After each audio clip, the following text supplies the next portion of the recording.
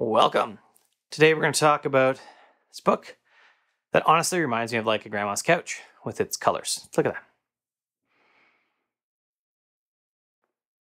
Flowers. Anyway, it's called How to Do Nothing by Jenny Odell, subtitle Resisting the Attention Economy. Buckle up. Now is the part where I go back and look at my notes and make sure I actually wrote something about this book. Let's start this off, as I often do, with a quote. It says, "Nothing is harder to do than nothing. In a world where our value is determined by our productivity, many of us find that our every last minute captured, optimized, or appropriated as a financial resource by the daily technologies we use. We submit our free time to numerical evaluation, interact with algorithmic versions of each other, and build and maintain personal brands." I totally resonate with this feeling, where I sit down at any point in the day and I'm like, I don't have anything to do with this moment. I got to find something to do. I can't just sit around and, as the book says, do nothing. And that's what the book is about, being okay with doing nothing, kind of breaking out of the, how does she put it again? Resisting the attention economy, where everything is all about attention. The attention you can get for your brand, the attention you can get for yourself. I mean, this, in some ways, right, being successful on YouTube is about getting attention, about making sure I advertise my stuff. At least on the book point, though, I do what I find useful. I do these videos primarily for me. I do the reviews primarily for me so that I have opportunity to really understand the books more. So I'm forced to, and you all get them. If I was doing book content, you actually would be better with hauls and better with other stuff like that. That's what would get more views. Same with even on the technical stuff I do, there are ways I could get more reviews that I choose not to because I don't think the content is as valuable as what I'm doing. And it's not nearly as interesting. So for her, she says that doing nothing is an act of political resistance because everything is forcing us to get attention, to gain attention. For her, really resisting that and saying, no, I'm not going to fall into this attention economy is political resistance, is like fighting a regime. In this case, a regime of data scientists that are getting paid lots of money to make sure they steal your attention. Ultimately, she breaks her book up into two chunks. The first half of the book is about disengaging from the attention economy, and the second half is about engaging with something else that has meaning to us. And I think that's important. Something else that has meaning. I think it's Cal Newport in Digital Minimalism, and I also think it is Ryan Holiday in Atomic Habits, which I actually just got a copy of. I read it on Kindle, but I'm going to go back through it in hardcover. Are they both talking about taking something you're doing or a habit you don't want and replacing it with something else of value? And if you're not replacing it with something of value, then it's just not going to stick. The new thing won't stick, or that change won't stick because you don't have anything to replace the thing you don't want to do. So in Odell's mind, denying the attention economy means we have to direct our attention somewhere else. We have to find something else that's worthwhile to do. That might mean, right, instead of flipping around on Facebook at night, you are reading books. Something else that you find valuable. You are sewing. You are something else doing, maybe creating tutorials, because that's of more value than flipping around on Facebook. And honestly, like almost anything, brushing your teeth is of more value than flipping around on Facebook. In some ways, I impose the word value on Odell's writing. She uses it a bit, but she's very careful not to say it's not economic value. It doesn't have to be something that earns money, right? You don't have to say, well, I'm not going to flip on Facebook, so let's earn more money. I said doing tutorials already in this. But it could be as little, as simple as, could be as easy as, I'm not going to flip around on Facebook. I'm going to go for a walk. There's no economic value necessarily.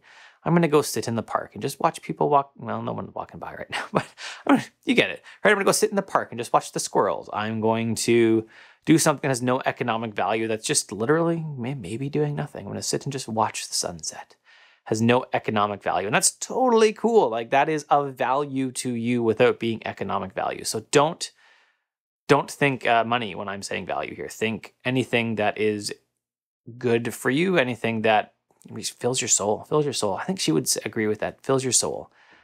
She is an artist, and a lot of this comes a lot more philosophical and feelings driven than a book like Deep Work or Digital Minimalism. Both of those books, great books, but Cal Newport is a mathematician, computer scientist, and he definitely takes it more from that aspect. And she's an artist. She takes it more from the art aspect. That's actually one of my critiques where I didn't love that as much. I didn't connect with that, but I'm a computer guy. Less of an artist, more towards the computer scientist. So maybe that's why I didn't resonate with those parts of the book, because it just wasn't written necessarily with my type of personality in mind, who may hate Cal Newport's books and love Jenny Odell's. Now, when Odell spends 3 chapters dealing with how to engage with something else, one of the things she points out first is that it's totally okay to put rules around addictive technology, to limit them and say, put on screen time, and put rules around how you're going to use addictive tech. But don't abdicate your responsibility for making good decisions. It's up to you to make good decisions. You can't just say, oh, well, screen time doesn't work for me, so I just kept looking at my phone. No, you kept looking at your phone because you didn't take responsibility for it. Screen time is simply a helper. It is not going to stop you, right? It's the putting cookies on the top shelf where it's hard to reach so that you don't eat cookies. It's not the cookies' fault that you ate them. You hate them, and you just put them on the shelf to stop. So it's okay to have these rules, but make sure you are taking responsibility for your own actions and your own responsibility in here. I'm missing the word, but make sure you take responsibility for what you're doing. Second, when you are feeling annoyed about some perceived slight from a company or a person and you want to, what do? Take to Twitter or something else to vent about it. Don't. Go talk to people that can actually change the situation. Go talk to someone face to face about it and forget the outrage online. I know some people say Twitter, we're complaining online. That's what it's for. It's not really, it's not helpful to you at least. So just cut it out. Stop it. Don't worry about it. And third, on page 160, she refers to angry social media storms like a flood eroding our empathy for everyone else, which is why she says number 2, just go talk to someone that is around that can maybe help do something about it. Don't fall into the outrage. Just, keep going. There was a couple things this week and someone was like, oh, it must suck to be this person. And I said, huh? And then pointed me to the articles and I was like, yeah, I don't actually care. I don't know this person. This has no bearing on me. Why did I even bother reading about this? So I read a paragraph and said, and walked away because I don't care. Most of this moral outrage that happens has nothing to do with your day-to-day life. You are much better served looking at politics. You're often much better served looking at what your local mayors are doing, what your, in Canada, our premier is doing, right? Not a premier, provincial. Can't remember what it is. I'll put it down here. Forgetting. Maybe premier was right. It was right. Prime Minister is provincial. Premier. Prime Minister is national, premier is provincial. What a premier is doing, those are far more important to me than the world stage on so many levels. So recommendation, should you read, what's the name of the book again? How to Do Nothing by Jenny Odell.